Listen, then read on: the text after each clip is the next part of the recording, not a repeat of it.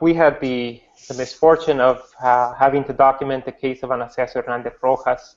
He was a 42-year-old man who had been living in the U.S. for many, many years, for several decades, and father of five who, on Mother's Day in May 2010, was detained by the police and then eventually handed over to the Border Patrol. The Border Patrol deported him.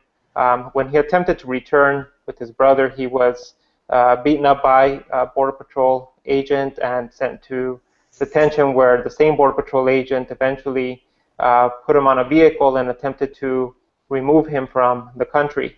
At that point, he was beaten by a number of Border Patrol agents and other border agents, ICE agents.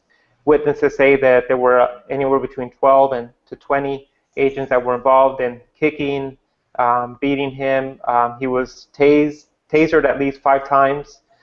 He was hogtied as this was happening, despite official accounts that would suggest that he was the aggressive individual. That simply was not true, according to eyewitness testimony, as well as cameras that captured parts of the incident.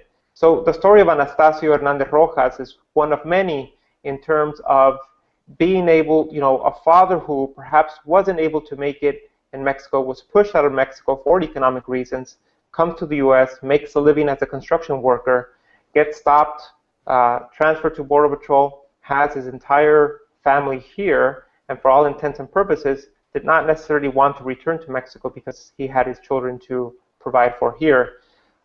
He was left brain dead. He eventually died 3 days later. And now his family has had to deal with the consequences of not having their father provide for them. They're dealing with very serious issues. And we have documented many other cases that are similar in that instance. Obviously, Anastasio's case is extreme, but there's still no justice in his case. There's still no resolution. And the reasons that would push someone like him to come into the U.S. remain the same.